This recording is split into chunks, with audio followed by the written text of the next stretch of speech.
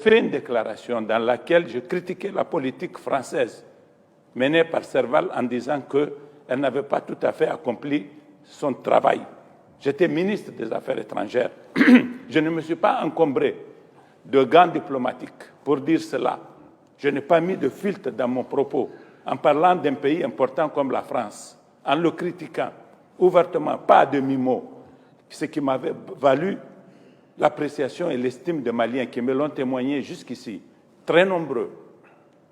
Et je l'ai fait parce que c'est le Mali. Je peux vous dire que si le phénomène s'était passé en Namibie, au Botswana ou ailleurs, très loin du Niger, je n'aurais pas eu le même comportement. Je parle avec la même conscience, la même conviction et la même estime et la même tendresse pour le Mali, pas pour des hommes. Au demeurant, je vais faire remarquer à ceux qui sont en train de me brocarder que lorsqu'il y a eu le coup d'État militaire du colonel Barré en 1996, ici, le Mali était le pays dont les autorités se sont le plus élevées contre ce coup d'État. Le ministre des Affaires étrangères de l'époque, Dioncounda Traoré, moi j'étais ministre sous la cohabitation et quand le colonel Barré avait fait son coup d'État, il m'avait reconduit dans ma fonction, dont je démissionnerai, vous vous souvenez, 3 mois plus tard. Le ministre Dioncounda, à la réunion ministérielle de l'OIF qui s'est tenue au mois de février de cette année-là, 1997, représentait son pays à Bordeaux. Il avait exigé que je sois chassé de cette rencontre.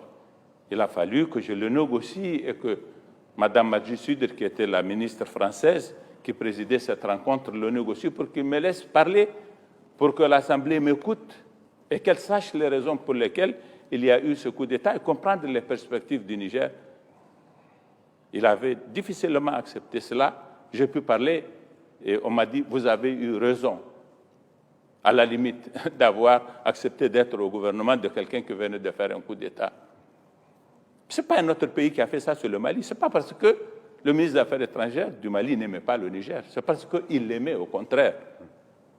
Par la suite, le colonel Barré va devenir un grand ami du président Konaré.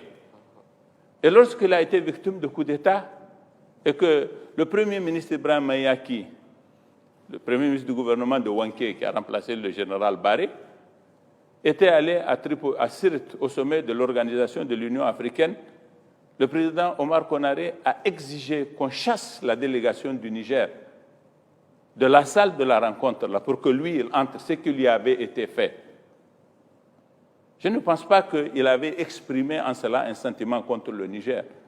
En tout cas, nous n'avons pas convoqué le ministre des Affaires étrangères, l'ambassadeur du Mali ce jour-là pour lui faire des remontrances et nous n'avons pas fait de communiqué à toutes ces deux occasions-là parce que nous considérons que c'est un gouvernement qui se réfère à des valeurs, qui pense exprimer un point de vue nécessaire.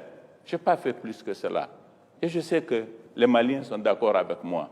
Moi, quand je porte un jugement sur ce qui se passe au Mali, je le porte indépendamment des individus, je le porte au nom de mes convictions d'abord et au nom de la fraternité, de l'amitié, de l'affection que j'ai pour le Mali. Et je veux que le Mali sorte des difficultés dans lesquelles il est aujourd'hui. J'étais prêt à l'aider et je l'ai fait. Beaucoup d'entre eux me disent « vous avez été notre ministre des Affaires étrangères ». Le ministre des Finances, la première fois que je suis allé au Mali, après l'élection du président Ibrahim Boubacar Keïta, le ministre Hugo Diarra, à l'aéroport, il m'a salué, il m'a dit « le trésor du Mali est à votre disposition.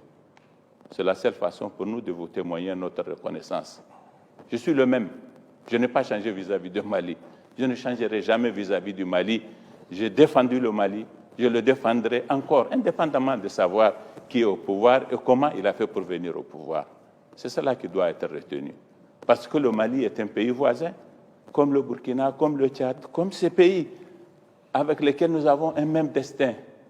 Et lorsqu'ils ont des problèmes, ça se répercute sur nous.